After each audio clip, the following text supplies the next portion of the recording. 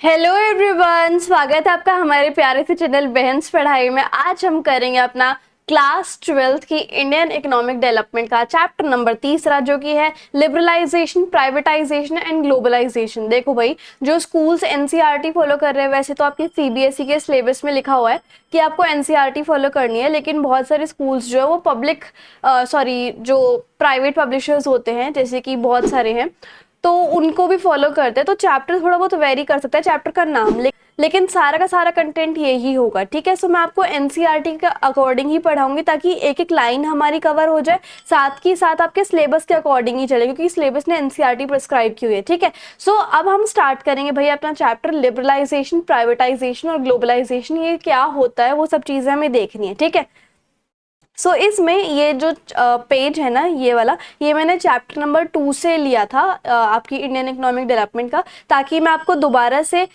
Capitalist economy, socialist economy और ये वाला मिक्स्ड इकोनॉमी का कंसेप्ट बता सकूं। ठीक है, यहाँ पर आएगा भी। अब हम स्टार्ट करते हैं भाई अपने इंट्रोडक्शन से। ओके, चलो भाई मैं इसको जूम कर देती हूँ इंट्रोडक्शन से। हमने प्रीवियस चैप्टर में क्या पढ़ा था कि जब से हमें इंडिपेंडेंस मिली है, तब से इंडिया जो है वो मिक्स्ड इकोनॉमी को फॉलो कर रहा है। मिक्स्ड इकोनॉमी यानी कि जिसके अंदर कैपिटलिस्ट भी आ जाती है और यहाँ पर सोशलिस्ट भी आ जाती है। अब आप कहोगे सेकेंड चैप्टर में मिक्स्ड क्या था, सोशलिस्ट क्या था, कैपिटलिस्ट क्या था, भूल गए होगे ना, तो इसलिए मैंने ये पेज पहले से ही निकाल के रखा हुआ है। तो देखो, कैपिटलिस्ट सोसाइटी या फिर कैपिटलिस्ट इकोनॉमी में क्या होता है कि गुड्स जो है वो डिस्ट्रीब्यूट होते हैं लोगों के बीच में, not on the basis of what people need. Actual में क्या होता है, ये एक ऐसी सोसाइटी होती है कैपिटलिस्ट की, जिसमें ये ध्यान नहीं रखा जाता कि लोगों को क्या चाहिए, ये ध्यान रखा जाता है कि लोगों की कितनी परचेजिंग पावर है, कितने महंगे तक वो गुड्स खरीद सकते हैं। ठीक है, ability to buy goods and services, ये होता है कैपिटलिस्ट सोसाइटी में। ठीक है,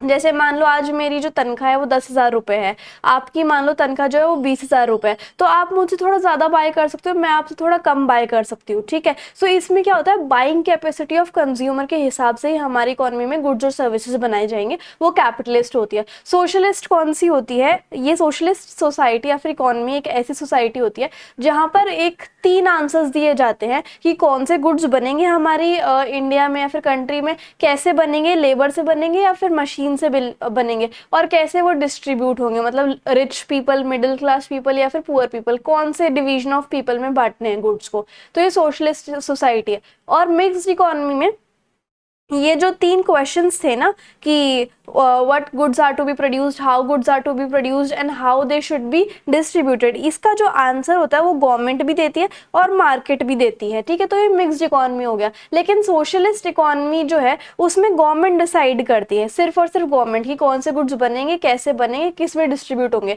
लेकिन मिक्स्ड इकोनॉमी में गवर्नमेंट भी और प्राइवेट यानी कि मार्केट खुद ही डिसाइड कर लेते हैं, दोनों मिलकर डिसाइड करते हैं कि कैसे कैसे क्या होगा गुड्स का। ठीक है, अब यहाँ पर जो इंडिपेंडेंस जब हमारे भारत को मिली थी, तब भारत ने कौन सी टाइप की इकोनॉमी को फॉलो किया था, मिक्स टाइप की इकोनॉमी को फॉलो किया था। ठीक है, मतलब कि गवर्नमेंट भी डिसाइड करेगी और मार्केट भी डिसाइड करेगा कि कौन से गुड्स हमें बनाने हैं, कौन से कैसे डिस्ट्रीब्यूट करेंगे और कैसे वो बनेंगे। ठीक है, अब यहाँ पर कुछ स्कॉलर्स ने या फिर कुछ रिसर्चर्स ने आर्ग्यू किया है कि ये जो पॉलिसी थी मिक्स्ड इकोनॉमी वाली, इसके वजह से कि मतलब मतलब गवर्नमेंट भी फैसला लेगा, मार्केट भी फैसला लेगा, इसकी वजह से भाई बहुत सारे रूल्स और लॉज आ गए, बेफालतू में खचाड़ा मचा हुआ है। ठीक है, हम उससे क्या होगा, लॉज वगैरह आ गए तो फिर कंट्रोल होगा, रेगुलेट होगी इकोनॉमी को, जिसकी वजह से ना हमें ऐसा तो लगता है कि भाई हमारी इकोनॉमी जो वो कंट्रोल होगी, रेगुलेट होगी इतने सारे लॉज एंड रूल से, लेकिन वो बाद में हमारी इकोनॉमी की ग्रोथ और डेवलपमेंट के अंदर जो है असर डालते हैं, अड़चन डालते हैं। तो इतने सारे रूल्स, लॉज, पॉलिसीज की जरूरत नहीं थी,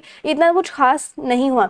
बल्कि जो दूसरे स्कॉलर्स हैं या फिर जो दूसरे रिसर्चर्स हैं, वो कहते हैं कि India which started it's developmental path from near the stagnation, की जब इंडिया में भुखमरी आई थी और तब उसने अपना डेवलपमेंट का रास्ता स्टार्ट किया था, तब से जो है इंडिया ने बहुत अच्छी ग्रोथ हासिल की है सेविंग्स में, इंडस्ट्रियल सेक्टर भी बना है जिसकी वजह से बहुत सारे गुड्स बने हैं, और बहुत अच्छा एक्सपेंशन हुआ है एग्रीकल्चर सेक्टर में भी, जिसकी वजह से अब हमारी इंडिया में इतनी फूड सिक्योरिटी है कि अगर बाढ़ वगैरह या फिर कोई नेचुरल कैलेमिटी आ जाए तो फिर अच्छे से हमारी फूड की जरूरत पूरी हो जाएगी। तो यानी कि कुछ कहते हैं कि आपने ये जो मिक्स्ड इकोनॉमी को फॉलो किया है ये बेकार है, इससे हमारी ग्रोथ रुक रही है, बल्कि कुछ कहते हैं कि इंडिया ने काफ़ी अच्छी ग्रोथ की है, ठीक है। सो 1991 में इंडिया को एक इकोनॉमिक क्राइसिस लग गया था, मतलब 1991 में इंडिया में बहुत ही बुरा हाल हो गया था पैसे का या फिर इकोनॉमी का, ठीक है। अब बहुत ज़्यादा कर्जा चढ़ गया था इंडिया के ऊपर। अब यहाँ पर गवर्नमेंट जो थी वो रीपेमेंट नहीं कर पा रही थी, क्योंकि गवर्नमेंट ने ना पहले इंडिया जो है, इंडिया की गवर्नमेंट ने अब्रॉड से भाई बहुत सारा पैसा ले रखा था, ठीक है। लेकिन 1991 में इतना ज़्यादा बुरा हाल हो गया इंडिया की इकोनॉमी का कि अब जो उसने बाहर से कर्जा लिया हुआ था अब्रॉड से, वो उसको पे नहीं कर पा रही थी, है ना। फॉरेन एक्सचेंज रिजर्व को एक चीज होती है, foreign exchange reserve. Foreign exchange मतलब जो बाहर की करेंसी होती है वो हमारी कंट्री में रखी हुई है, ताकि हम जो है उसको रिजर्व करके रखें, उसको बचा के रखें। बाहर के जैसे डॉलर बचा के रख लिए, येन बचा के रख लिए, और भी कौन कौन सी करेंसीज होती हैं, लाइक बहुत सारी, पाकिस्तानी रुपया बचा के रख लिया, इस टाइप से, ठीक है। पाउंड्स बचा के रख लिए, तो ये होता है foreign exchange reserve, which were generally maintain to import petroleum. और ये फॉरेन एक्सचेंज रिजर्व किस लिए रखा जाता है, ताकि जब भी हमें दूसरे देशों से तेल खरीदना हो, जैसे पेट्रोल खरीदना हो या फिर दूसरे कोई इंपॉर्टेंट आइटम्स खरीदने हो, तब हम जाके उन फॉरेन एक्सचेंज रिजर्व का यूज कर ले, मतलब उन्हीं के पैसे में उनको पेमेंट कर दें, ठीक है। तो ये FER भी इतने ज़्यादा ड्रॉप हो गए थे हमारे देश में कि हमारे पास आधी रात तक का भी पेट्रोल खरीदने के पैसे नहीं थे, है ना। ये जो क्राइसिस है वो बाद में क्या, इस क्राइसिस ने क्या हाल ले लिया बाद में, कि जो इम्पोर्टेंट गुड्स जैसे कि दवाइयाँ, खाने का सामान, उसके भी प्राइसेस बढ़ने लग गए, है ना। उसके बाद इस और भी क्या हुआ कि गवर्नमेंट ने क्या किया, देखो नए नए पॉलिसी मेजर्स लिए, जिससे कि हमारी जो डेवलपमेंटल की स्ट्रैटेजीज थी वो चेंज होने लग गई, ठीक है। इस चैप्टर में हम ये देखेंगे कि भाई ये क्राइसिस आया कैसे, इसका क्या बैकग्राउंड है, और गवर्नमेंट ने कौन कौन सी पॉलिसीज या फिर मेजर्स को अडॉप्ट किया था इंडिया के जो इकोनॉमिक सेक्टर्स है, जैसे कि प्राइमरी, टर्शरी और सेकेंडरी सेक्टर, उसमें क्या क्या बदलाव आए, समझ में आ रहा है। अब भाई हम सबसे पहले वो इकोनॉमिक क्राइसिस के बारे में जानेंगे कि वो आया कैसे था, ओके।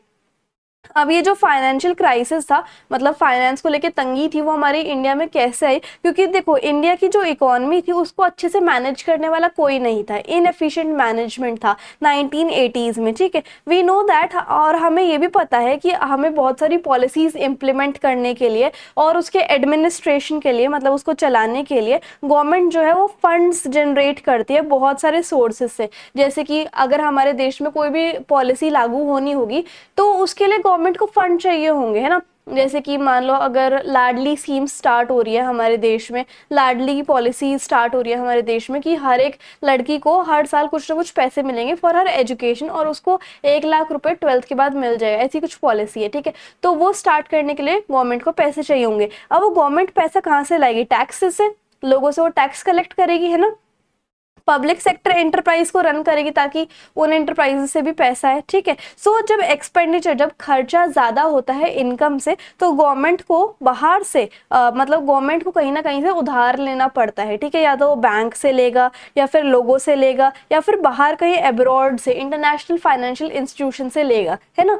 तो जब उसके पास पैसा नहीं होगा तो ऑब्वियसली वो उधार लेगा ही लेगा गवर्नमेंट, राइट। अच्छा, और when we import goods like petroleum, और जब हम पेट्रोल खरीदते हैं तो हम डॉलर्स में पे करते हैं, ठीक है, डॉलर्स में पे करेंगे। और वो हम डॉलर्स कैसे आएंगे हमारे पास, जब हम ज़्यादा से ज़्यादा एक्सपोर्ट करेंगे, ज़्यादा से ज़्यादा अपना सामान बाहर के देशों में बेचेंगे और वहाँ का पैसा हम लेके आएंगे, है ना। सो डेवलपमेंट पॉलिसी रिक्वायर्ड, सो डेवलपमेंट पॉलिसीज हमें बहुत ज़्यादा चाहिए थी, क्योंकि रेवेन्यू जो थे, यानी कि पैसा जो आ रहा था हमारे देश में वो बहुत कम आ रहा था, और इसकी वजह से government has to overshoot its revenue, और गवर्नमेंट को इस चीज़ की ज़रूरत थी कि वो अपना रेवेन्यू जो है वो बहुत ज़्यादा बढ़ा दे, ताकि हमारे देश में जो बेरोजगारी है, पॉवर्टी है, पॉपुलेशन का जो एक्सप्लोजन हो रखा है, वो सब कुछ कंट्रोल हो जाए, ये सारे चैलेंजेस जो है वो सॉल्व हो जाए, है ना।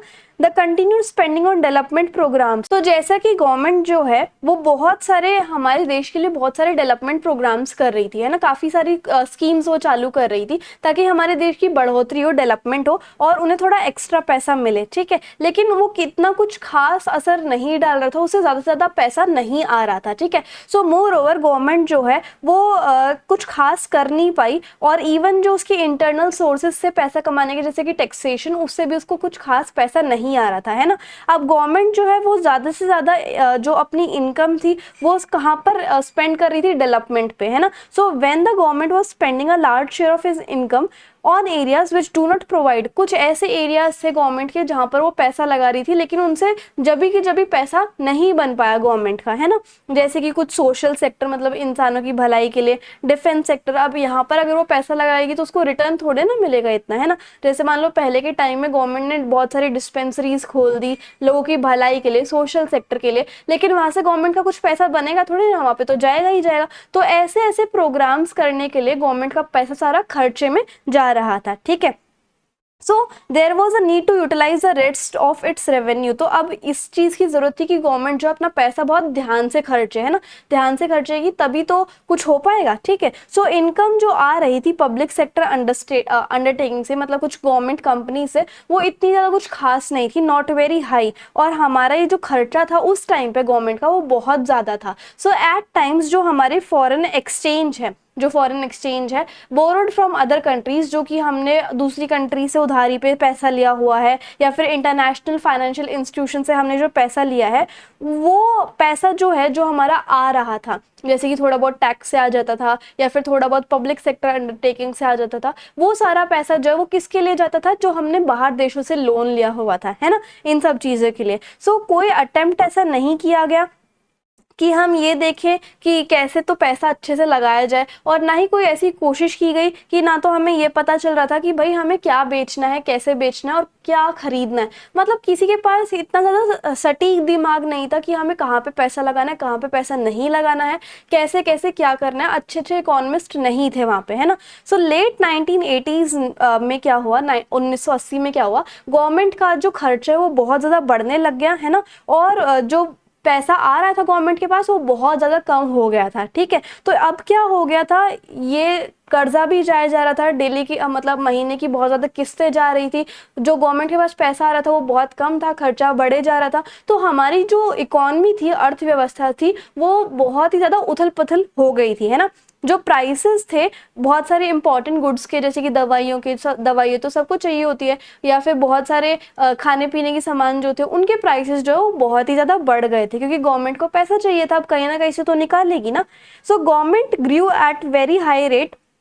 सो इम्पोर्ट जो थे, इम्पोर्ट क्या होते हैं कि जब हमें बाहर के देश से कुछ खरीदना होता है तो इम्पोर्ट हम बहुत ज़्यादा खरीदे जा रहे थे बाहर के देशों से, क्योंकि हमारे देश में इतने अच्छे से नहीं वो चीज़ प्रोड्यूस हो पा रही थी। So as pointed out earlier, foreign exchange reserve जो है वो डिक्लाइन हो गए थे, क्योंकि हमारा सारा पैसा जो है वो किस में जा रहा था, लोन का भुगतान करने में जा रहा था, और हम इम्पोर्ट्स के लिए भी पैसे नहीं दे पा रहे थे, हमारे पास 2 वीक्स के इम्पोर्ट खरीदने का भी ज़्यादा पैसा नहीं था, है ना। So these were also not sufficient foreign exchange to pay the interest. Even इतना भी हमारे पास फॉरेन एक्सचेंज नहीं था कि हम इंटरेस्ट यानी कि ब्याज ही भर दे जो हमने बाहर देश से लोन ले रखा था, ठीक है। सो अब यहाँ पर ऑल्सो नो कंट्री, और कोई भी बाहर का देश ऐसा नहीं था जो कि इंडिया को और ज़्यादा पैसे उधार पे दे दे ताकि इंडिया जो है अपना हिसाब किताब संभाल पाए। सो फिर इंडिया ने उस टाइम पे यानी कि 40 साल पहले क्या किया था, इंडिया ने इंटरनेशनल बैंक ऑफ रिकंस्ट्रक्शन और डेवलपमेंट, यानी कि जिसको IBRD कहते हैं, या फिर आप इसको वर्ल्ड बैंक भी कह सकते हो, और इंटरनेशनल मॉनेटरी फंड IMF जो है वो उसको अप्रोच किया था, और इन दोनों ने कहा था कि ठीक है हम तुम्हें पैसा दे देंगे लेकिन तुम्हें हमारी कुछ शर्तें माननी पड़ेगी। अब आपके मम्मी पापा आपको पहले की स्टोरीज तो ये पक्का ही सुनाते होंगे कि एक टाइम ऐसा था जब इंडिया के ऊपर बहुत ज़्यादा कर्जा चढ़ गया था, जब ब्रिटिशर्स उसको छोड़ के गए थे, और तब उस कर्जे को उतारने के लिए इंडिया के पास पैसा भी नहीं बचा था, और तब इंडिया ने वर्ल्ड बैंक को अप्रोच किया था। आई होप ये कहानी आपने सुनी होगी। सो यही चीज थी, ठीक है। सो वर्ल्ड बैंक ने इंडिया को कितने पैसे दिए थे, $7 बिलियन दिए थे, और इसमें उन्होंने क्या कंडीशन रखी थी कि एक तो इंडिया लिबरलाइज हो जाए। लिबरलाइज क्या होता है, देखो पहले जो इंडिया की सरकार थी वो हर चीज पे लाइसेंस लगा देती थी कि अगर तुम्हें दारू की दुकान खोलने तो तुम्हें लाइसेंस लेना पड़ेगा, अगर तुम्हें जूते की दुकान खोलने तो तुम्हें लाइसेंस लेना पड़ेगा। मतलब हर चीज पे किसी को अगर कोई काम स्टार्ट करना तो उसे लाइसेंस लेना ही लेना पड़ेगा, जिसके बहुत सारे झंझट होते थे, ठीक है। तो वर्ल्ड बैंक ने कहा कि ठीक है हम तुम्हें लोन तभी देंगे जब तुम ये सारे लाइसेंस जो है वो हटा दोगे, ठीक है, और लोगों को मौका दो कि वो अपनी दुकानें खोले और पैसा जो है इकोनॉमी में बनने लग जाए, है ना। और and open up economy by removing restrictions. और पहले क्या होता था कि सारे के सारी चीजें जो थी ना वो सरकारी होती थी। जैसे आप देख सकते हो कि बिजली का जो विभाग था वो भी सरकारी था, पानी का विभाग भी सरकारी था, लेकिन वो प्राइवेट सेक्टर को ज्यादा घुसने ही नहीं देते थे। लेकिन वर्ल्ड बैंक ने कहा कि तुम जो है इंडिया में प्राइवेट सेक्टर को भी आने दो, प्राइवेट लोगों को भी अपना जो लाइक ऑक्यूपेशन है वो खोलने दो, तब जाके हम तुम्हें पैसा देंगे, ठीक है।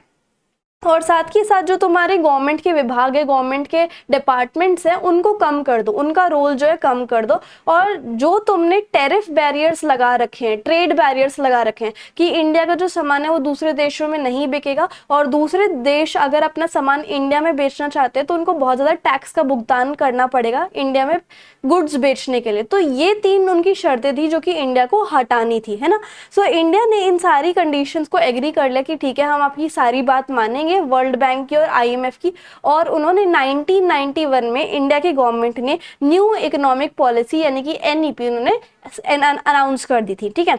अब एनईपी क्या होती है, एनईपी जो है उसमें बहुत सारे रिफॉर्म्स आए थे। रिफॉर्म्स मतलब कि इंप्रूवमेंट आई थी, काफी ज्यादा सुधार आए थे।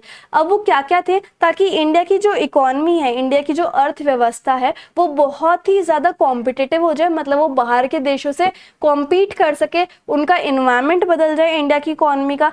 कोई भी अगर अपनी दुकान खोलना चाहे, कोई भी अगर अपना काम स्टार्ट करना चाहे तो खुल के कर सकता है, अपनी ग्रोथ को मतलब अपनी बढ़ोतरी कर सकता है इंडिया में, है ना।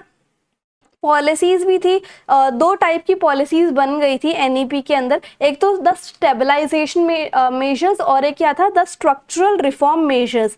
अब स्टेबलाइजेशन मेजर्स क्या थे, यानी कि शॉर्ट टर्म मेजर्स, मतलब थोड़े टाइम के लिए, ठीक है।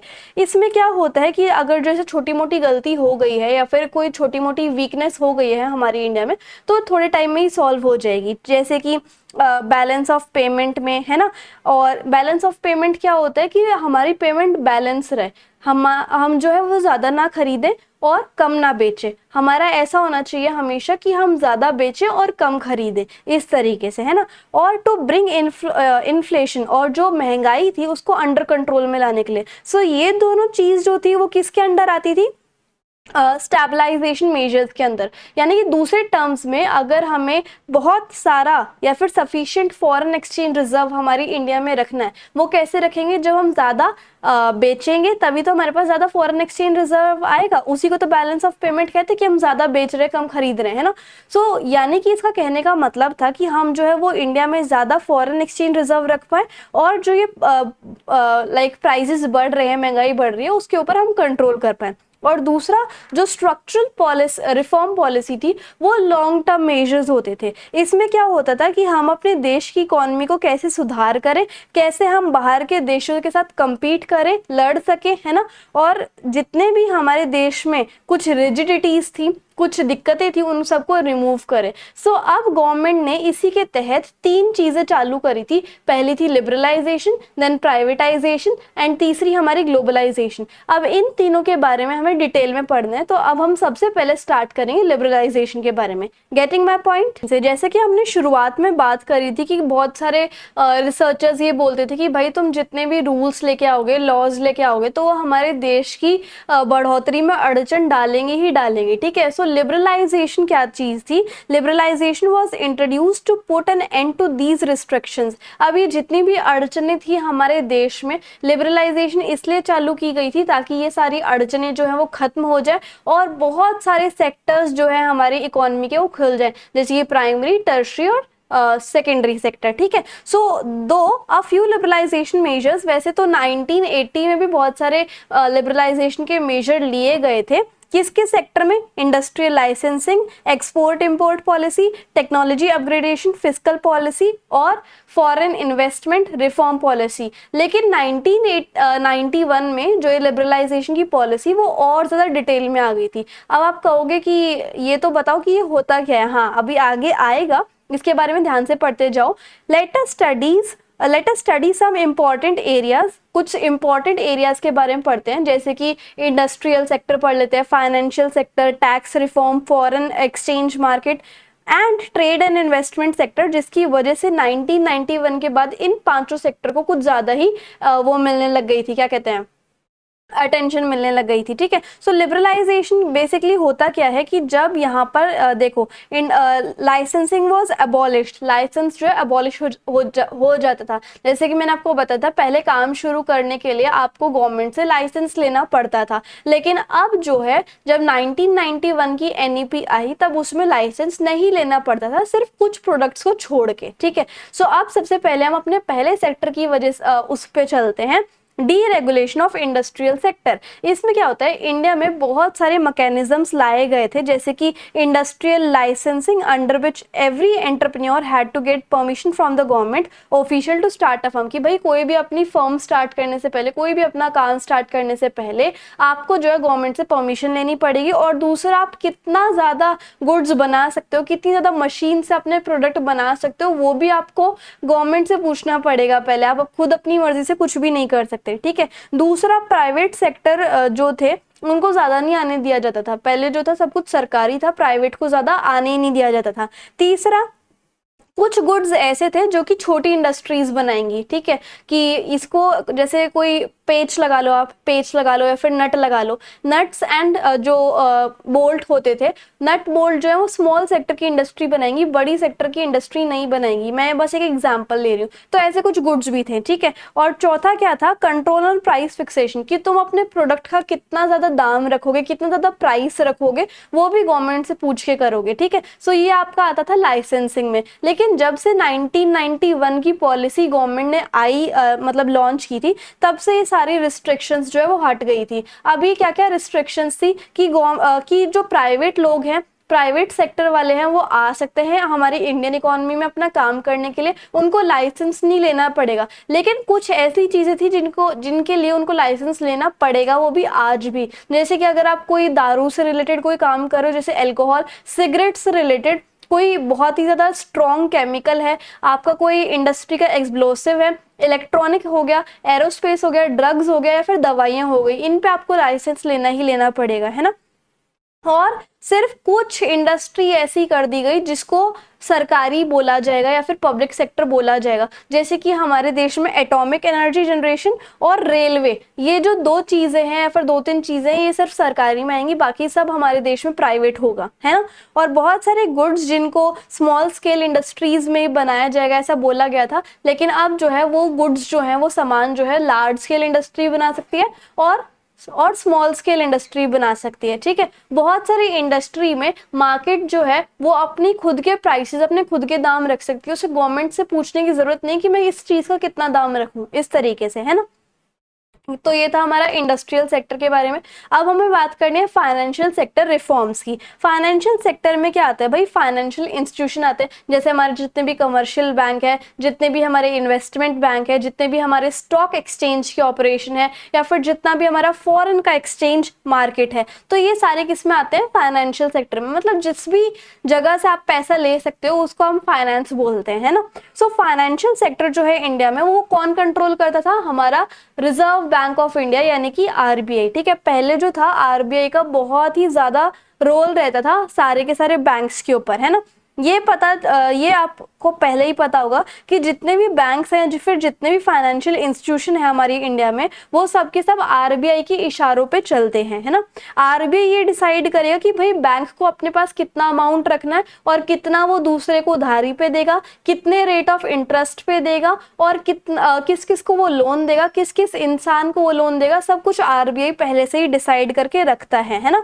सो अब फाइनेंशियल सेक्टर रिफॉर्म में कि हम फाइनेंशियल सेक्टर में क्या क्या इंप्रूवमेंट कर सकते हैं, वो क्या निकल के आए कि भाई आरबीआई जो है वो इतना रुतबा रख रहा है दूसरों के ऊपर, या फिर इतना ज्यादा कंट्रोल में करके रख रहा है दूसरे बैंक्स को, तो आरबीआई का ये जो रोल है ना वो थोड़ा कम कर दो। ठीक है, रिड्यूस कर दो। कैसे रिड्यूस कर दो, फ्रॉम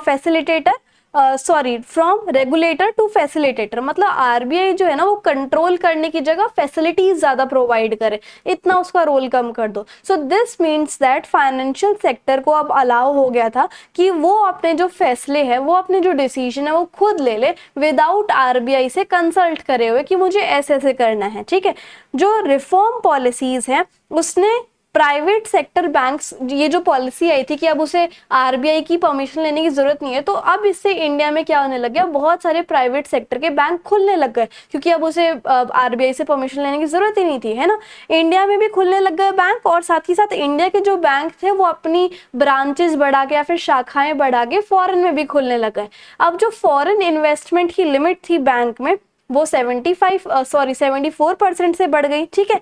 अब those bank which fulfill or certain condition have been given freedom, अब सारे के सारे जो बैंक्स थे जो कि कुछ कंडीशंस मान लेते थे, उनको ये चांस दिया जाता था कि वो अपनी नई नई जो ब्रांचेस हैं वो फॉरेन में जाके खोल सकती हैं आरबीआई के अप्रूवल के बिना, ठीक है। दो बैंक्स, लेकिन बैंक्स को अभी भी कुछ थोड़ी बहुत परमिशन लेनी पड़ती थी आरबीआई से, जैसे कि आरबीआई को बताना होता था बैंक्स को कि मतलब बैंक को आरबीआई के साथ कुछ पैसा जमा करवा के रखना पड़ता था, बैंक्स को कुछ अपने पास ही पैसा रखना पड़ता था। ऐसा नहीं है कि जितना भी पब्लिक का पैसा बैंक के पास आया सारा का सारा बैंक ने उधार पर दे दिया, ऐसा बैंक कभी नहीं कर सकता, क्योंकि आरबीआई ने उसको बोला हुआ है कि आपको इतना पैसा अपने पास रखना ही रखना है, ठीक है। सो कुछ ऐसी चीजें अभी भी थी जो कि आरबीआई अभी भी संभालेगा, पूरी तरीके से आपको फ्रीडम नहीं दी जाएगी, ठीक है।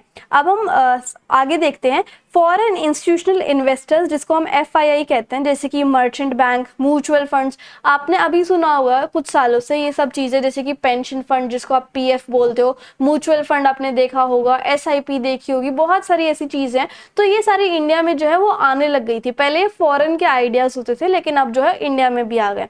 अब हम तीसरे, तो ये था फाइनेंस से रिलेटेड, पहले हमने इंडस्ट्री से रिलेटेड पढ़ लिया, अब हम पढ़ेंगे टैक्स से रिलेटेड कि टैक्स में क्या क्या बदलाव आए, ठीक है। सो जो टैक्स रिफॉर्म होते थे, इसमें क्या होता था कि गवर्नमेंट कैसे अपने टैक्स के सिस्टम को सुधार सकती है और कैसे अपने खर्चे पर काबू कर सकती है, जो कि कलेक्टिवली जिसको हम क्या बोल सकते हैं, फिस्कल पॉलिसी। अब भाई दो टाइप के टैक्स होते हैं, एक डायरेक्ट टैक्स होता है और एक इनडायरेक्ट टैक्स होता है, ठीक है। सो डायरेक्ट टैक्स क्या होता है, जो कि लोगों की इनकम के ऊपर लगाया जाता है, या फिर मान लो आपका कोई बिजनेस है, उस बिजनेस से आपको प्रॉफिट हो रहा है, तो उस प्रॉफिट के ऊपर आपका टैक्स लगाया जा रहा है। तो जब से 1991 की पॉलिसी आई है, तो वो जो आपकी इनकम के ऊपर टैक्स लगा करता कि मान लो आपके बैंक में अगर 7 लाख रुपए, 8 लाख रुपए, 10 लाख रुपए, तो आपको इनकम टैक्स देना पड़ेगा, ठीक है। पहले वो बहुत ज्यादा था, लेकिन अब जो है 1991 की पॉलिसी आने के बाद बहुत ज्यादा कम हो गया है, ठीक है। और दूसरा जो था, कई लोग ऐसे होते थे जो कि टैक्स देने से बचते थे, जिसको आप क्या बोलते हो, टैक्स एवेजन, ठीक है। सो इसके रिलेटेड भी बहुत सारे चीजें की गई, जिससे कि ये सब चीजें जो है उससे लोग जो है बचे ना टैक्स देने से। एक्चुअल में लोग ऐसा क्यों करते थे, वो टैक्स क्यों नहीं देते थे, क्योंकि टैक्स का जो इंटरेस्ट रेट था वो ही बहुत ज्यादा था। लोग जो है वो ये कहते थे कि हमें इतना ज्यादा हाई रेट हम क्यों पे करें, ठीक है। सो वो ऐसे कुछ ना कुछ घपले करते थे जिससे कि वो टैक्स से बच जाए। सो गवर्नमेंट ने इन सब चीजों को सुधारने के लिए क्या किया, अपने टैक्स रेट का इंटरेस्ट रेट ही कम कर दिया। तो अब जो है लोग ज्यादा बचा पा रहे हैं, अपने बैंक में ज्यादा सेविंग कर पा रहे हैं, और अपनी इनकम के ऊपर भी उन्हें इतना ज्यादा टैक्स नहीं देना पड़ता है। और दूसरे आ गए हमारे इनडायरेक्ट टैक्स। इनडायरेक्ट टैक्स जो है वो चीजों के ऊपर लगते हैं, जैसे आपके लेज हो गए या फिर कोई भी ऐसे सामान हो गया जिसके ऊपर टैक्स लगता है, उसको हम इनडायरेक्ट टैक्स करते हैं, ठीक है। सो अब क्या हो गया, जैसे कि आपने एक वर्ड सुना है जीएसटी। पहले जो थे हर चीज के ऊपर अलग अलग टैक्स लगते थे, वैट अलग से लगता था और बहुत सारे टैक्स अलग से लगते थे।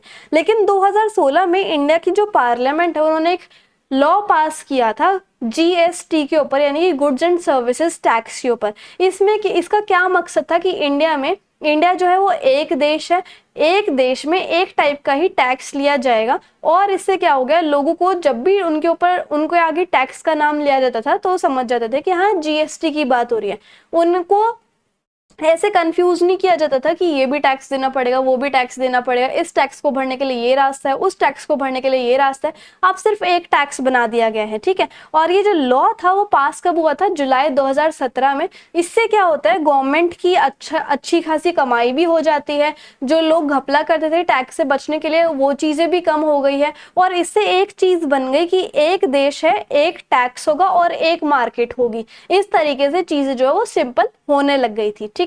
अब हमें एक और 2-3 चीजें और पढ़नी है, तो वो है पहली फॉरेन एक्सचेंज रिफॉर्म। अब फॉरेन एक्सचेंज में क्या क्या रिफॉर्म आए ये देखो। सो यहाँ पर 1991 में बैलेंस ऑफ पेमेंट के जो इशू था उसको सॉल्व करना लग गए थे। क्या हो गया था कि पहले जो है भारत जो है वो बाहर से बहुत सारी चीजें खरीदने लग गया था, मतलब इम्पोर्ट ज्यादा करा रहा था और बेच कम रहा था। तो ऑब्वियसली पैसा तो ज्यादा जाएगा, अगर हम कोई चीज ज्यादा खरीद रहे हैं, बेच कम रहे तो पैसा तो हमारा ज्यादा जाएगा। सो अब भारत ने उसको रिजॉल्व करने के लिए क्या करा, इंडिया की जो रुपए की वैल्यू है उसको कम कर दिया, ताकि क्या होगा, बाहर के देश अट्रैक्ट होंगे, बाहर के देश जो है इंडिया की चीजें ज्यादा खरीदेंगे, हमारे पास बाहर का पैसा ज्यादा आएगा, जैसे कि डॉलर के रूप में, पाउंड के रूप में, येन के रूप में, पाकिस्तानी रुपए के रूप में, है ना। सो बाहर का जो पैसा है वो हमारे देश में ज्यादा आएगा, क्योंकि हमारे इंडिया के रुपए की पैसे वैल्यू जो है वो गिर गई है, तो इससे हमारे देश में बाहर का पैसा ज्यादा आएगा। तो हम अगर कुछ खरीदेंगे बाहर से कल को जाके, जैसे पेट्रोल खरीदेंगे, तो हम आराम से उनकी पेमेंट कर सकते हैं, ठीक है। और या फिर अगर हमने बाहर से कोई लोन ले रखा है तो उसका ब्याज और उसका जो लोन है वो भी हम उनके करेंसी में आराम से कर सकते हैं। अब नेक्स्ट है ट्रेड एंड इन्वेस्टमेंट पॉलिसी, ठीक है। इसमें क्या होता है, जैसे कि अब टैक्स कम हो गए तो बाहर के जो देश की कंपनीज है वो हमारे इंडिया में सेटअप होंगी, अपने गुड्स बनाएंगी, तो हमारे इंडिया के जो प्रोडक्ट्स हैं वो भी उनके साथ compete करेंगे कि हम ज़्यादा बढ़िया, हम ज़्यादा बढ़िया, इस तरीके से, ठीक है। और इसमें क्या होगा, जैसे कभी कभी क्या होता है कि बाहर का जो गुड्स हैं वो आने से हम जो नॉर्मल पीपल हैं वो उनकी तरफ ज़्यादा भागते हैं और अपने देश का जो बनाया हुआ सामान है वो कम खरीदते हैं। तो गवर्नमेंट ने हमारे देश की इंडस्ट्रीज को बचाने के लिए क्वांटिटेटिव रिस्ट्रिक्शंस लगा दी थी इंपोर्ट पे। इसमें क्या है कि अगर कोई बाहर का देश हमारे देश में अपना सामान बेचना चाहेगा तो उसको काफी ज्यादा टैक्स देने पड़ेंगे, ठीक है। जैसे कि जैसे चाइना का जो सामान है वो अगर इंडिया में, अगर चाइना अपना सामान बेचना चाहेगा तो पहले उसको बहुत सारे टैक्स रेट देना पड़ेगा अपने इंपोर्ट पे, ठीक है। सो पहले क्या होता था, 1991 की पॉलिसी आने से पहले इंडिया ने बहुत सारे इंपोर्ट के ऊपर टैरिफ लगा दिए थे। इंपोर्ट के ऊपर टैरिफ लगा दिए थे, इसका क्या मतलब है कि अगर इंडिया कुछ बाहर से सामान खरीदना चाहेगा तो वो इतना ज्यादा नहीं खरीद पाएगा, या फिर अगर कोई बाहर से, मतलब कोई फॉरेन कंट्री हमारे इंडिया में सामान बेचना चाहेगी, एक्सपोर्ट करना चाहेगी, तो फिर उसको बहुत ज्यादा टैक्स पे करना पड़ेगा। यानी कि इंपोर्ट और एक्सपोर्ट दोनों पे ही काफी ज्यादा ड्यूटीज लगी हुई थी, ताकि हमारे इंडिया की जो खुद की डोमेस्टिक इंडस्ट्रीज हैं वो ज्यादा बढ़ पाए। लेकिन क्योंकि वर्ल्ड बैंक ने और इंडियन मॉनेटरी फंड ने इंडिया को ये बोल दिया था कि हम तुम्हें लोन तभी देंगे जब तुम ये सारे टैरिफ्स या ये सारे जो टैक्सेशन पॉलिसी तुमने लगाए है ना इंपोर्ट और एक्सपोर्ट दोनों पे, वो सब चीजें हटाओ, ठीक है। अपने टैरिफ के जो रेट है, टैरिफ रेट क्या होता है कि जब इंपोर्ट एक्सपोर्ट पे ड्यूटीज लगी होती हैं कि तुम्हें इतना पैसा देना पड़ेगा इंपोर्ट और एक्सपोर्ट कराने के लिए, ठीक है। और साथ ही साथ लाइसेंसिंग की जो पॉलिसी है वो भी हटानी पड़ेगी। तो ये सारी चीजें हटानी पड़ी इंडिया को। अब इससे क्या हुआ, बहुत सारी चीजें जो है हमारे इंडिया में होने लग गई, जैसे बाहर की एमएनसी सेटअप होने लग गई, वो अपने प्रोडक्ट्स बेचने लग गई, हमारे इंडिया के जो प्रोडक्ट्स है वो भी अच्छी अच्छी क्वालिटीज के बनने लग गए। लेकिन थोड़ा बहुत कंपटीशन बढ़ गया था इस चीज की वजह से, है ना। और अब क्या हुआ, एक्सपोर्ट ड्यूटीज भी हटने लग गई थी काफी सारी चीजों पर से, ठीक है। तो ये सारी चीजें हुई थी ट्रेड को लेकर कि काफी सारे टैरिफ बैरियर्स वगैरह हट गए थे और नई नई टेक्नोलॉजी इन्वेस्टमेंट आने लग गई थी, फॉरेन इन्वेस्टमेंट होने लग गई थी इंडिया में, जैसे सऊदी अरब की कोई कंपनी इंडिया में आने लग गई थी, जापान की टेक्नोलॉजी हमारे इंडिया में आने लग गई थी, दोनों देशों के जो प्रोडक्ट्स है वो compete होने लग गए थे, ठीक है। और उसके साथ साथ बहुत सारी चीजें जो है वो होने लग गई थी। So this is about liberalisation. अब हम बात करेंगे अपनी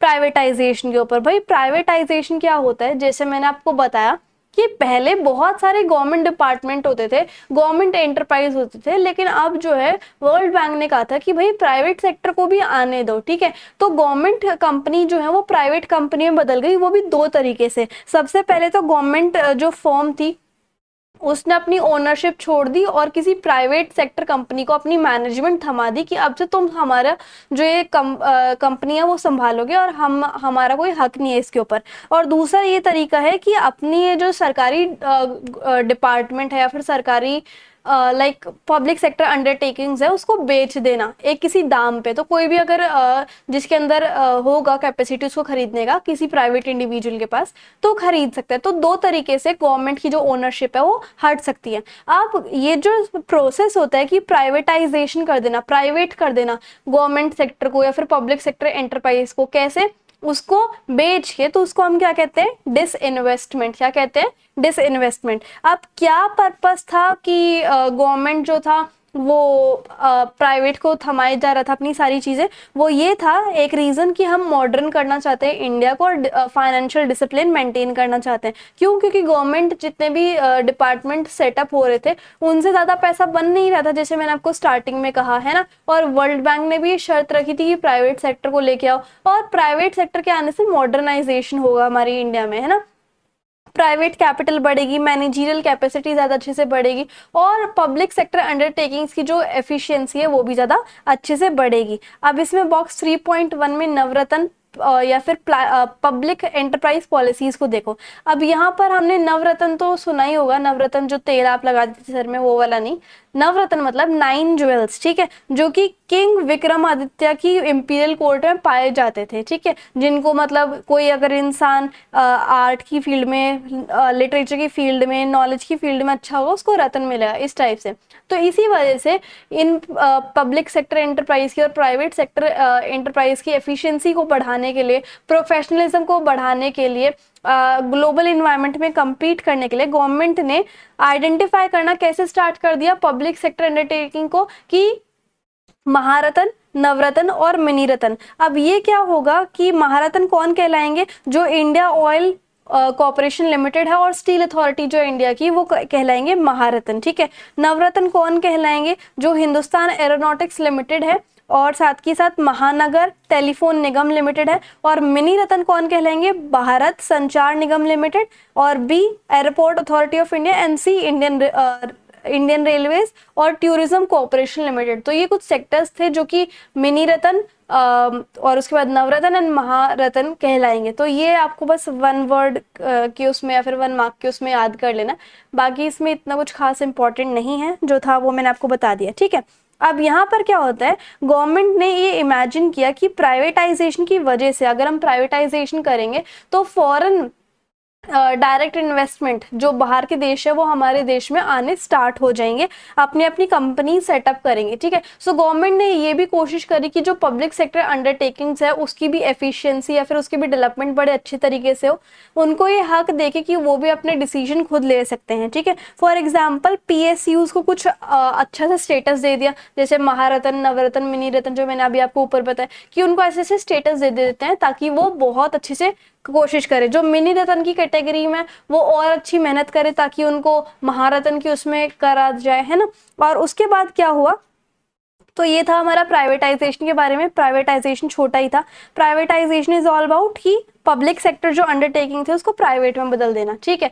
अब हमें बात करनी है ग्लोबलाइजेशन के बारे में। ग्लोबलाइजेशन क्या होता है कि हमारे देश की जो मार्केट है वो दूसरे देशों की मार्केट के साथ कनेक्ट हो जाए, जो बाहर की टेक्नोलॉजी है वो हमारे देश के अंदर आए, हमारे देश की जो टेक्नोलॉजीज है या फिर जो अच्छी चीज है वो बाहर के देश में जाए। सो दैट इज ग्लोबलाइजेशन, मतलब freely transfer of capital, transport, technology, information, people through out the world या फिर थ्रू आउट दी ग्लोब, है ना। ये होता है ग्लोबलाइजेशन। इसमें क्या होता है, नेटवर्क बनाने होते हैं इकोनॉमिक, सोशल, ज्योग्राफिकल बाउंड्रीज के। और ग्लोबलाइजेशन का क्या मतलब होता है कि हम लिंक बनाएं इस तरीके से कि अगर मिलियन या फिर बिलियन माइल्स अवे भी कोई चीज हो रही है, कोई इंसिडेंट हो रहा है, तो हमारे देश में भी उस चीज का पता लगे। वो कैसे पता लगेगा? Because of globalisation.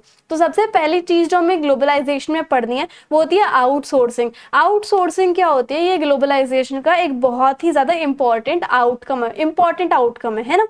आउटसोर्सिंग में क्या होता है, एक कंपनी जो है अपनी कुछ रेगुलर सर्विसेज को करवाने के लिए हायरिंग करती है। कैसे हायरिंग करती है? एक्सटर्नल सोर्स से। जैसे कि मान लो हमारे इंडिया में मेट्रो का काम होना है या फिर बुलेट ट्रेन का काम होना है, तो वो करवाने के लिए जो इंडियंस हैं वो किसको हायर करेंगे? जापानीज को हायर करेंगे रेगुलर सर्विस करवाने के लिए। क्यों? क्योंकि उनके पास वो एक्सपर्टीज है और वो उनके पास वो टेक्नोलॉजी भी है, ठीक है। सो ऐसे ही बाहर की कंपनीज जो है वो इंडियन को भी रेगुलर बेसिस पे हायर करती रहती है ताकि वो अपनी सर्विसेज को पूरा करवा सकें, ठीक है। अब यहाँ पर जैसे कि काफ़ी सारी चीज़ें, लीगल एडवाइसेज हैं, कंप्यूटर सर्विस है, एडवर्टाइजमेंट है, सिक्योरिटी है, तो ये जो है कंपनी इन सब चीज़ों के लिए हायर करती रहती है। और क्योंकि ये इकोनॉमिक एक्टिविटी का पार्ट है तो आउटसोर्सिंग जो है वो काफ़ी ज़्यादा बढ़ गई है। बहुत ज़्यादा ग्रोथ देखने को मिले किस किस फील्ड में? कम्युनिकेशन के फील्ड फील्ड में, आईटी के फील्ड में, अब इंफॉर्मेशन टेक्नोलॉजी या फिर आईटी इतना ज़्यादा बढ़ने लग रही है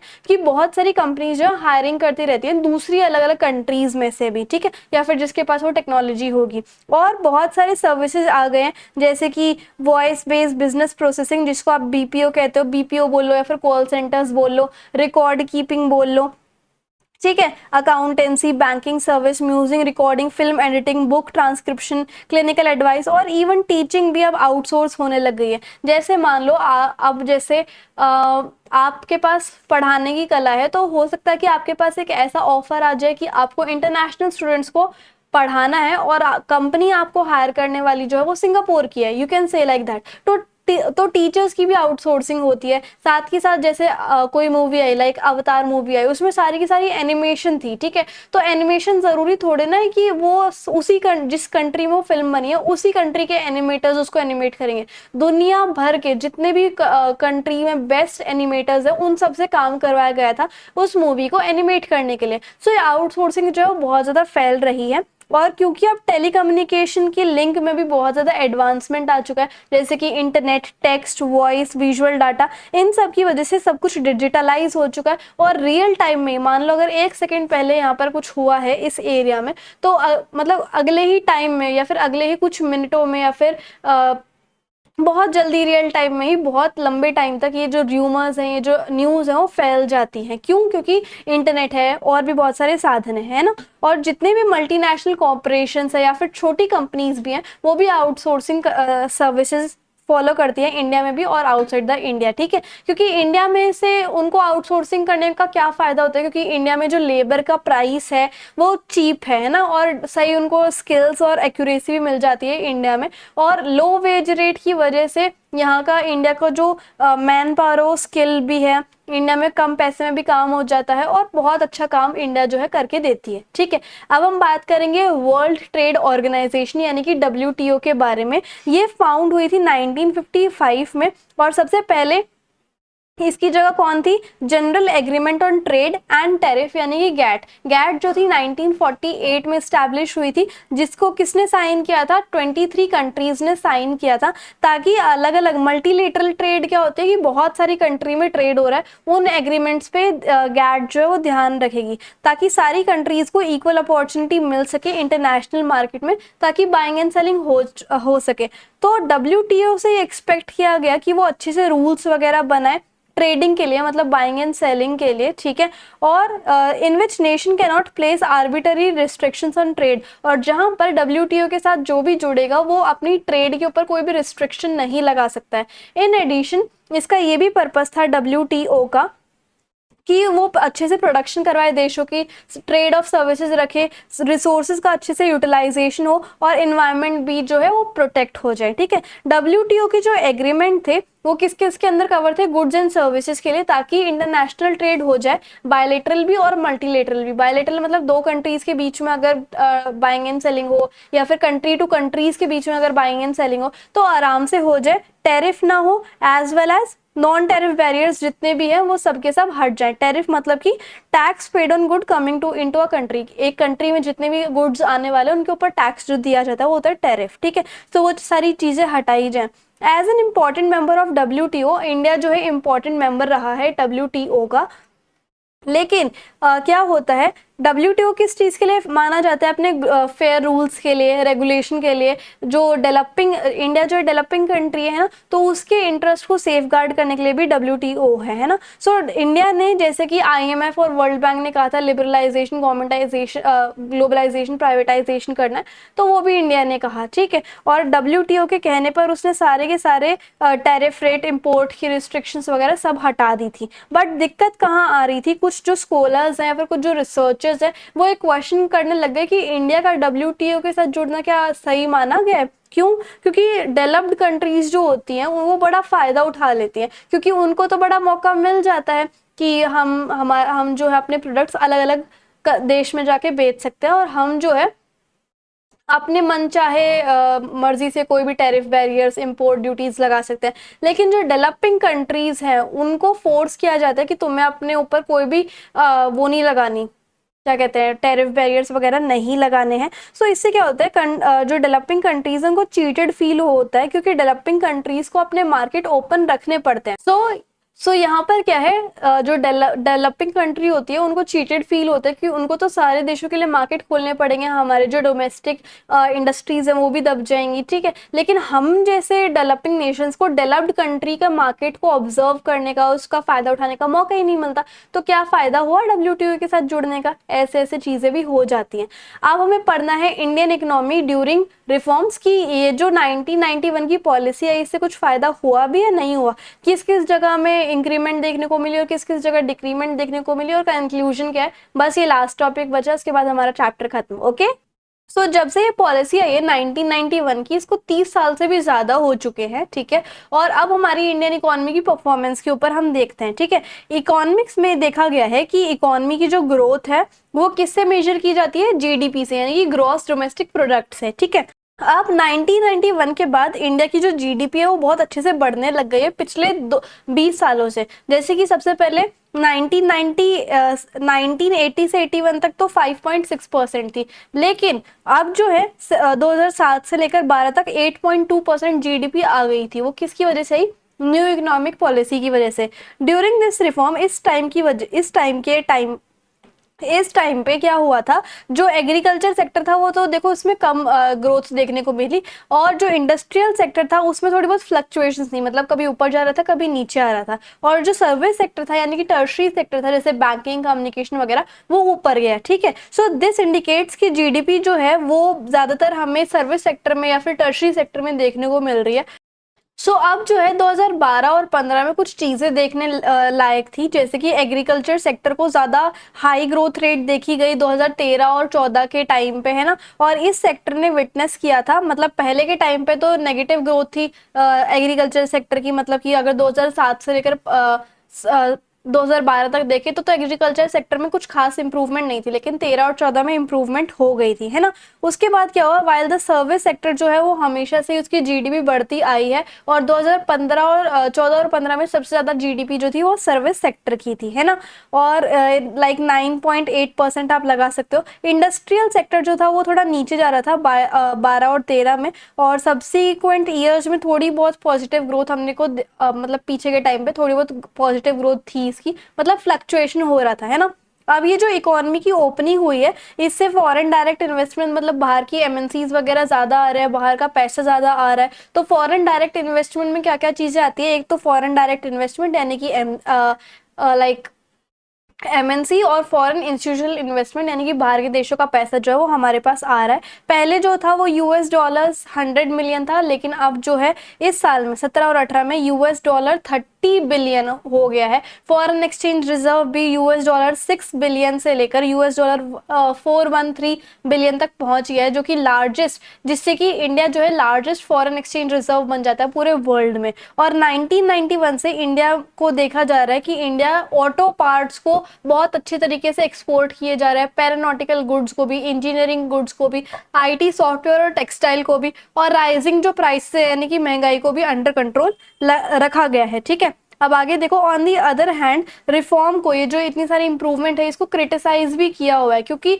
इन रिफॉर्म्स ने हमारे देश की जो इंपॉर्टेंट प्रॉब्लम्स थी, जैसे कि unemployment, agriculture, industry, infrastructural sector और फिजिकल मैनेजमेंट, इनके ऊपर इतना अच्छे से ध्यान नहीं दिया। अब आते हैं हम ग्रोथ एंड एम्प्लॉयमेंट पे। अब यहाँ पर जैसे कि हमें पता है कि GDP तो बढ़े जा रही थी, लेकिन स्कॉलर्स ने ये देखा कि भाई ग्रोथ तो बढ़ रही है, लेकिन तो हमारे देश में जो एम्प्लॉयमेंट की अपॉर्चुनिटीज है, जो जॉब्स है वो ज्यादा बढ़ी नहीं रही है, लोगों को अपॉर्चुनिटी नहीं मिल रही है, ठीक है।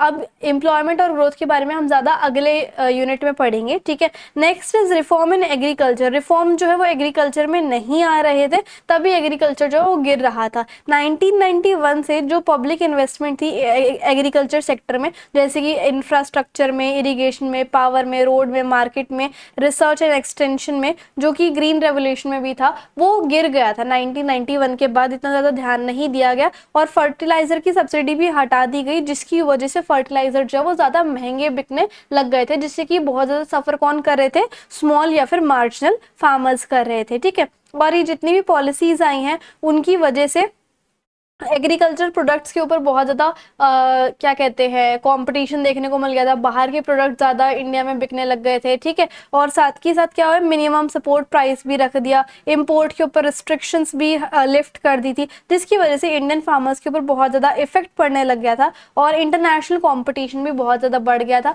तो इसलिए एग्रीकल्चर सेक्टर जो है वो अच्छे से नहीं बढ़ पाया था। मोर ओवर एक्सपोर्ट की जो स्ट्रैटेजीज थी एग्रीकल्चर में, जो मतलब बेचने की स्ट्रैटेजी थी, वो थोड़ी सी शिफ्ट हुई थी, है ना। और अब यहाँ पर एक्सपोर्ट क्या होने लग गया था, कैश क्रॉप्स जैसे कि इंडिगो वगैरह और फूड ग्रेन्स जो थे वो कम बनने लग गए थे। तो इस तरीके से भी लाइक कैश क्रॉप्स जो थी, जैसे कि कॉटन वगैरह हो गई या फिर इंडिगो वगैरह हो गई या फिर डाई से रिलेटेड क्रॉप्स हो गई, इनको ज्यादा उगाया जाने लगा। क्यों? क्योंकि इनसे ज्यादा मुनाफा होता था और जो खाने पीने के ग्रेन्स थे वो कम बिकते थे, ठीक है। तो उनकी प्रोडक्शन कम होने लग गई थी। अब नेक्स्ट देखो, रिफॉर्म्स इन इंडस्ट्री। इंडस्ट्री में क्या फर्क हुआ, इंडस्ट्री की जो प्रोग्रेशन थी वो स्लो डाउन हुई थी, मतलब कभी ऊपर कभी नीचे ऐसे ऐसे करके, ठीक है। क्यों? क्योंकि एक तो इम्पोर्ट जो थे, मतलब जो खरीदना था वो चीपर हो गया था, बाहर के देश से ही ज्यादा सामान आ जाया करता था, इन्वेस्टमेंट अच्छे से नहीं हो रही थी इंफ्रास्ट्रक्चर में। ग्लोबलाइज्ड वर्ल्ड में जो डेवलपिंग कंट्रीज है वो तो खुल जाती है, मतलब दूसरे कंट्रीज के लिए एज अ मार्केट सर्च कर रही है, दूसरे देश का भर भर के सामान यहाँ पर आता है। तो हमारे देश की जो सामान होता है, हमारे देश की जो इंडस्ट्री सामान बना रही है, उनको वो बाहर के प्रोडक्ट्स रिप्लेस कर देते हैं, डोमेस्टिक गुड्स को। हमें बहुत ज़्यादा कंपटीशन फेस करने के लिए मिलता है क्योंकि इम्पोर्ट्स पे अब ड्यूटी नहीं रही है। इंफ्रास्ट्रक्चर फैसिलिटीज़ जो है जैसे कि पावर सप्लाई वगैरह, इनको भी अच्छे से नहीं देखा गया। तो ग्लोबलाइजेशन की वजह से, जैसे कि ग्लोबलाइजेशन में क्या होता है कि इस देश के गुड्स इन सब में जाएंगी, इस उन देश के गुड्स हमारे यहाँ पर आएंगे, तो इसकी वजह से हमारी जो लोकल इंडस्ट्री और employment opportunities and developing country की वो हिंडर हो जाती है ना। मोर ओवर डेवलपिंग कंट्री जैसे इंडिया है, उसके पास इतना ज्यादा एक्सेस नहीं है कि वो डेवलप्ड कंट्री के मार्केट को छानबीन कर सके, उसमें भी कुछ अपना फायदा देख सके। फॉर एग्जाम्पल, जितने भी क्वोटा रिस्ट्रिक्शन थे टेक्सटाइल के एक्सपोर्ट पे, कि टेक्सटाइल को अगर हम बेचना चाहे तो उसके ऊपर रिस्ट्रिक्शन लगा देते थे, ठीक है, या फिर क्लोथिंग को अगर बेचना चाहे तो उसके ऊपर रिस्ट्रिक्शन लगा देते थे, ठीक है। लेकिन इंडिया में ये सब चीजें रिमूव हो गई थी, इंडिया ने सारी हटा दी। लेकिन अगर इंडिया बेचना चाहे कहीं पर, जैसे कि यूएसए में, तो यूएसए को इंडिया को ज्यादा पैसा देना पड़ता था यूएसए की मार्केट में बेचने के लिए, क्योंकि यूएसए एक डेवलप्ड कंट्री है, वो अपनी मनमानी करेगा, वो टेरिफ्स लगाएगा, क्वोटाज लगाएगा, तो हमें जो है ज्यादा पैसा देना पड़ेगा अपना माल यूएसए में बेचने के लिए, और वही यूएसए इंडिया में फटाफट बेच जाएगा। इस तरीके से दिक्कत आती है। और डिसइन्वेस्टमेंट में क्या है, गवर्नमेंट जो है वो अपनी पब्लिक सेक्टर एंटरप्राइज जो है प्राइवेट कर देती है, ठीक है। जैसे कि 1991 एंड 92 में 2500 करोड़ की डिसइन्वेस्टमेंट हुई, और उसके बाद 3040 की डिसइन्वेस्टमेंट हुई, उसके बाद 1,57,000 की डिसइन्वेस्टमेंट हुई। नहीं सॉरी, 1991 से लेकर 1992 में इतना टारगेट था कि 2500 करोड़ का हम डिसइन्वेस्टमेंट करेंगे, लेकिन हुआ कितना, 3040। और 17-18 में 1,00,000 करोड़ का डिसइन्वेस्टमेंट था, बट हुआ थोड़ा सा ज्यादा, 1,57,000 करोड़ हो गया था। तो इससे क्या हुआ, यहाँ पर कुछ क्रिटिक्स आते हैं, यहाँ पर स्कॉलर्स कहते हैं कि भाई गवर्नमेंट जो है वो अपने आप को इतना सस्ता बेच के आउटसेल करके बहुत ज्यादा घाटे में, उसका ऐसा लग रहा है कि वो उसने अचीवमेंट कर लिया, बट वो इतना ज्यादा घाटे में या फिर कम रेट में अपने उसको बेच रही है, अपनी ही वैल्यू कम कर रही है। तो आपको क्या लगता है कि अगर गवर्नमेंट अपनी प्रॉपर्टीज कुछ इस तरीके से बेच रही है देश की एफिशिएंसी को इम्प्रूव करने के लिए, तो क्या गवर्नमेंट का खुद को प्राइवेट कर लेना इज इम्पॉर्टेंट स्टेप, या क्या ये बेस्ट वे है कि अगर हम पूरे देश में प्राइवेट सेक्टर्स ले आएंगे तो क्या हमारे देश की एफिशिएंसी इंप्रूव हो पाएगी? सो ये ऐसे क्वेश्चन कर रहे हैं। अब नेक्स्ट देखो, लास्ट है ये, रिफॉर्म एंड फिस्कल पॉलिसी। अब जो इकोनॉमिक रिफॉर्म थे उन्होंने पब्लिक एक्सपेंडिचर की ग्रोथ के ऊपर लिमिट्स प्लेस कर दी थी, स्पेशली सोशल सेक्टर में। जैसे कि टैक्स रिड्यूस हो गया था, है ना, उससे क्या होगा कि जो लोग घपला करते थे टैक्स वगैरह ना देने में, वो हट जाएगा और गवर्नमेंट को भी ज़्यादा पैसा आएगा, ठीक है। ऑल्सो रिफॉर्म पॉलिसीज में टैरिफ रिड्यूस हो गया था, ठीक है। टैरिफ रिड्यूस होने के बाद कस्टम ड्यूटीज़ वगैरह हट गई थी, एक्सपोर्ट इम्पोर्ट पे ड्यूटीज़ हट गई थी, फॉरेन इन्वेस्टमेंट को अट्रैक्ट करने के लिए टैक्स कम कर दिए गए थे ताकि एमएनसीज यहाँ पर सेटअप हो। तो ये सब चीज़ें जो है वो देखने को मिली थी, लेकिन इसका भी नेगेटिव इम्पैक्ट था क्योंकि हमारे देश की चीज़ें जो है वो बिकी नहीं रही थी। अब कंक्लूजन क्या निकलता है इसका, कि ग्लोबलाइजेशन का जो प्रोसेस था और लिबरलाइजेशन एंड प्राइवेटाइजेशन का, उसके कुछ पॉजिटिव इफेक्ट भी थे और नेगेटिव इफेक्ट भी थे, इंडिया के लिए भी और बाहर के देशों के लिए भी। कुछ स्कॉलर्स आर्ग्यू करते हैं कि ग्लोबलाइजेशन की वजह से बाहर के देशों को तो मार्केट मिल जाता है, लेकिन इंडिया को जो है वो अपॉर्चुनिटी नहीं मिल पाती डेवलप्ड एरियाज में जाके या फिर डेवलप्ड कंट्रीज में जाके अपना सामान बेचने की। ठीक है, ऑन द कॉन्ट्रेरी ये क्रिटिक्स बोलते हैं या फिर जो स्कॉलर्स हैं वो ये भी बोलते हैं कि ग्लोबलाइजेशन की वजह से डेवलप्ड कंट्री को दूसरी कंट्रीज में मार्केट एक्सपैंड करने का मौका मिलता है। अकॉर्डिंग टू देम ये पुअर कंट्रीज या फिर डेवलपिंग कंट्रीज के लिए अन्याय है ना। और it has been further pointed out कि जो मार्केट ड्रिवन ग्लोबलाइजेशन है वो इकोनॉमिक डिस्पैरिटीज को क्रिएट करता है, नेशन के लिए भी और पीपल के लिए भी। इंडियन कॉन्टेक्स्ट की वजह से देखा जाए तो स्टडीज ने ये पाया है कि जो 1990 में हमारा क्राइसिस आया था या फिर जो फाइनेंशियल क्राइसिस आया था वो हमारी इंडियन सोसाइटी की इनइक्वालिटीज की वजह से आया था, क्योंकि हमारी इंडियन सोसाइटी अच्छे से काम कर ही नहीं पा रही थी, है ना। उसकी वजह से वो फाइनेंशियल क्राइसिस आया था। और उसके बाद क्या हुआ, further it has increase the income and quality of consumption of only those. उसके बाद भी क्या हुआ कि इंडिया ने जितने भी पॉलिसीज चालू करी लाइक 1991 की, उसकी वजह से भी जो रिच पीपल थे या फिर हाई इनकम ग्रुप वाले लोग थे या फिर मिडिल क्लास लोग थे वही इतना अच्छे से फ़ायदा उठा पाए उस पॉलिसी का।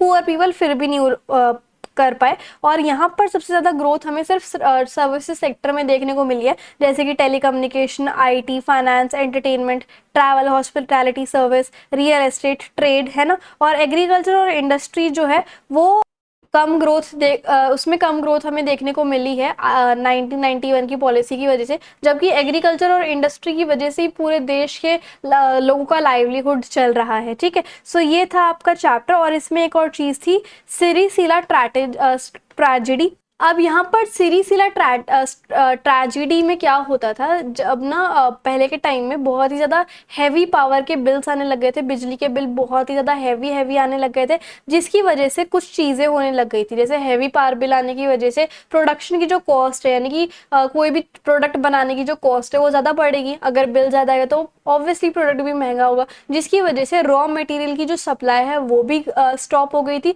और जो पावर लूम्स थे, क्योंकि पावर लूम्स आपको पता है, लूम्स जो कपड़े बनाने का काम करते हैं ना, तो वो भी बिजली से चलते हैं, तो पावर लूम्स का क्लोजर हो गया था। और पहले के टाइम में पावर लूम्स के ऊपर मतलब टेक्सटाइल जो मार्केट था वो बहुत ही ज़्यादा एक्सपैंडेड था, तो पावर लूम्स बंद हो जाएंगे तो बहुत सारे लोगों की क्या चली जाएगी, जॉब भी चली जाएगी, तो इससे एम्प्लॉयमेंट क्राइसिस आ जाता था। और इस टाइम पे मतलब 1998 में, 2001 में और 2008 में काफ़ी सारे सुसाइड्स भी हमें देखने को मिले हैं इस ट्रेजिडी की वजह से। ठीक है, तो ये कुछ थी सिरिसिला स्ट्रैटेजी के बारे में। आप थोड़ा इस में से भी पढ़ लेते हैं हम। Power sector reforms in many Indian state. अब जो बहुत सारी इंडिया स्टेट्स में जो पावर सेक्टर्स थे, led to do away with the supply of electricity at subsidise rate. पहले जो था सब्सिडी पे पावर मिल जाती थी, है ना, या फिर पावर टैरिफ में भी देखने को मिलता था। This has affected workers engaged in small industry. Powerloom textile industry in Andhra Pradesh is an example. Since the wages of powerloom workers are linked to the production of cloth, power cut means cut in wages of weaver who were already suffering from hike in tariff. अब क्या होने लग गया कि पार लेने की वजह से बहुत ज़्यादा टैक्स लगने लग गया था, टैरिफ लगने लग गया था बिजली के ऊपर। ठीक है, और बिजली की जो सप्लाईज, ये जो सब्सिडीज थी वो भी खत्म हो गई थी, तो आंध्र प्रदेश में जो पावरलूम टेक्सटाइल्स वगैरह थी वो जो है बंद होने लग गई थी, जिसकी वजह से बहुत सारे लोगों की क्या कहते हैं, जॉब्स भी चली गई। और दैट्स वाई दैट बहुत सारे लाइक आंध्र प्रदेश का एक गांव था जिसका नाम क्या था, सिरिसिला, जिसकी वजह से 50 पावरलूम वर्कर्स ने, जब उनका नौकरी चली गई थी तब उन्होंने सुसाइड कमिट कर लिया था। सो तो दिस इज अबाउट सिरिसिला ट्रेजेडी। ठीक है, सो इस तरीके से हमारे जो फाइनली इतना लंबा सा चैप्टर था वो खत्म होता है। एंड आई होप आपको मेरे समझाने का तरीका और वीडियो काफ़ी अच्छी लगी होगी। इंस्टाग्राम एंड टेलीग्राम पे ज़रूर फॉलो कर लेना। So if you like the video and the explanation, then please do like, share, comment and subscribe the channel. Thank you so much.